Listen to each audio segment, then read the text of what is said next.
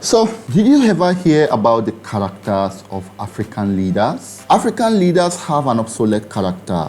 Characters that can lead to development of their communities. Character that they feel if they exhibit in public, they're gonna be witch hunt for that. And that is why we are making today's video. So if you want to know why this statement is very important to me, then please stay with me. Don't go anywhere.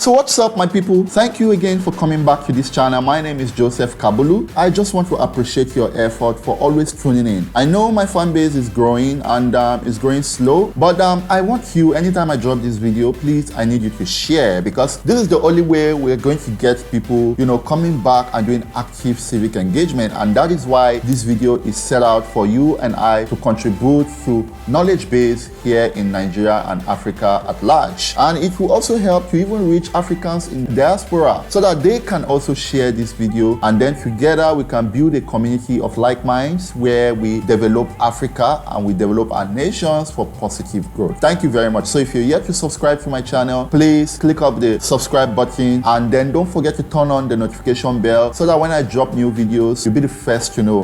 And of course, if you're watching this and you are a returning subscriber, please, you can give me the thumbs up button so that YouTube algorithm can do what it does best. Thank you. So now over to the video of the day. Today we're going to talk about MrBeast. If you go around YouTube, you see that a lot of YouTubers have been talking about MrBeast recently, and that is because of the philanthropic spirit he has had and the kind of development he has been bringing in a lot of African countries. So let's just take a little background of MrBeast. MrBeast is a content creator on YouTube. He's the world's largest YouTuber, where he has over 210 million subscribers. Wow, MrBeast, I want to be like you. See, now MrBeast have other businesses. He even have a charity of his own where he reached out to less privileged, and he gives back to his community, developing his community and his country at large. And recently, if you check most of the items that other YouTubers are posting, especially in some notable YouTubers channel, you discover that they have been following him closely. I cannot even begin to say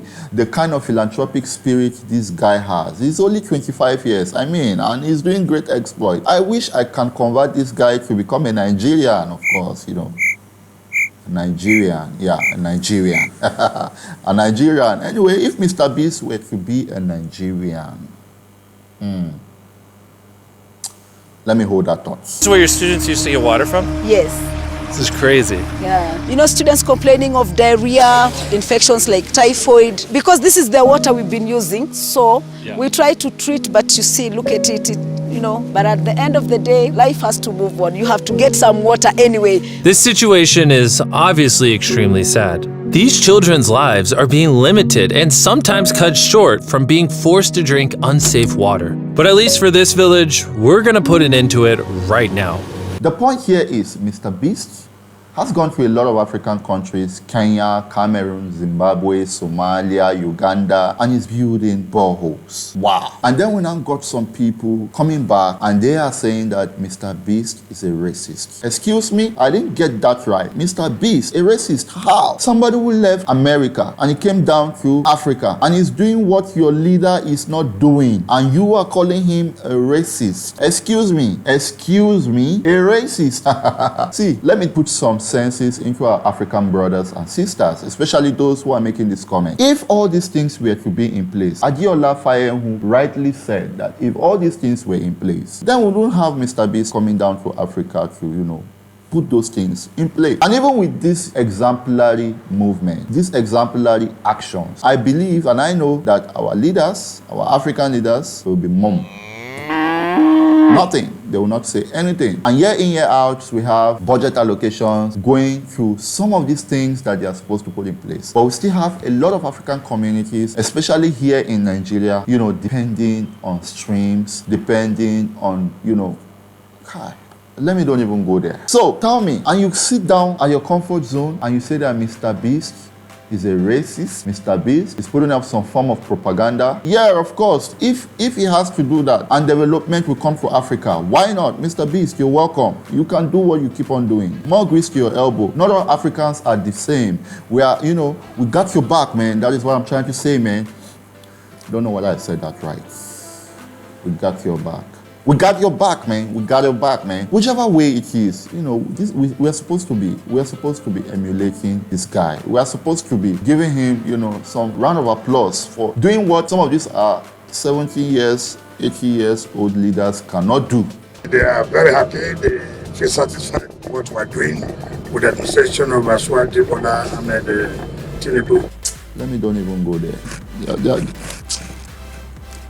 They sit in their respective legislative chambers making decisions that will not even affect you and I. The decisions is just on how to enrich their pockets, on how to, enrich their families and their generations. They don't care about you. If you come to Nigeria, use Nigeria as a case study, you discover that they are procuring bulletproof cars. Yes. They are thinking of how to make their life or their well-being very, very comfortable. They don't care about you and I. Okay, now tell me, in the present day Nigeria, how much will 8,000 naira bar in the market? When you supply 8,000 naira to, let's say, for example, a lot of poorest of the poor in a lot of poorest of the poor communities, and you give them 8,000 naira, what do you expect 8,000 naira to do? I mean, you're giving me 8,000 naira to go and buy a carton of biscuits to eat with my family? Is that what you're saying? But now you can look at their mouth-watering salaries and benefits, and when they get to that chamber, they will forget the people's mandate and the promises they've made to the people, and then they will now begin to see how to enrich themselves. In America and in some developed countries, when a legislative member is being taken out of his seat due to maybe some legal actions that were taken against him, or maybe some irregularities on how he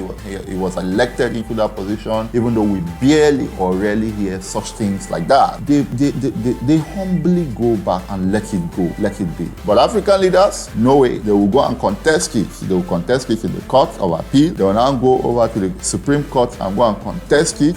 Africans, those behavior is enough fact for you to know that they don't care about you and I. So, MrBeast, on behalf of the coalition of Africans who love positive growth, please keep on doing what you're doing. Some of these juggernauts that are coming up online everywhere saying that you are just being racist, you're just brewing up propaganda, please ignore them. In actual sense, Africans need this development that you are bringing to them.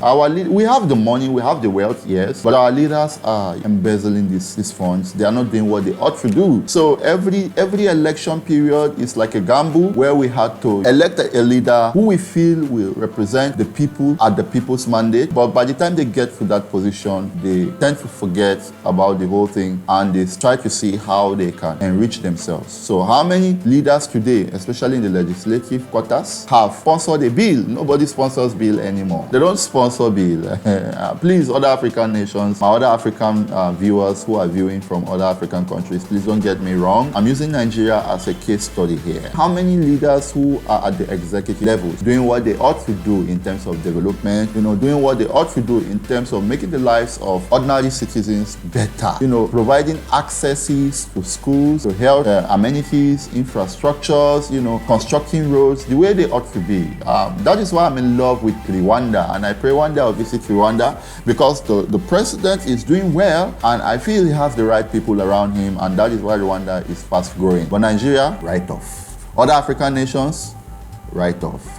They don't know that. So please, MrBeast, keep on doing what you ought to do for the meantime that you have access to these African countries, because I know these people, they can frustrate your efforts. They can do things in such a way that they will just cut your access to some of these African countries. Now that you are able to reach out to them, please. These people need your help, and we truly want to appreciate you for what you are doing. It takes a lot of interest and a lot of big heart, a large heart, to be able to do what you are doing.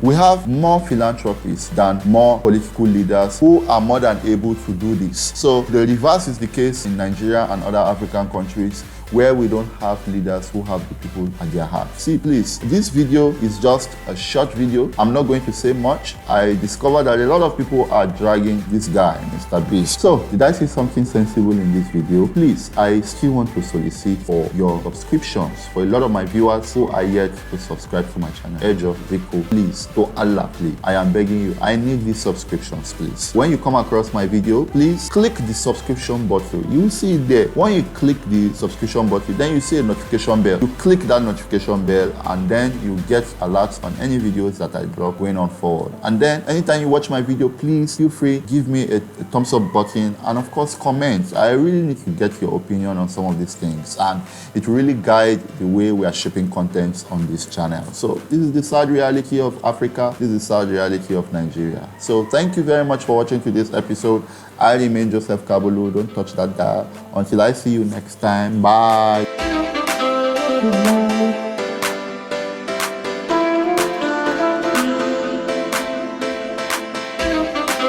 Mm-hmm.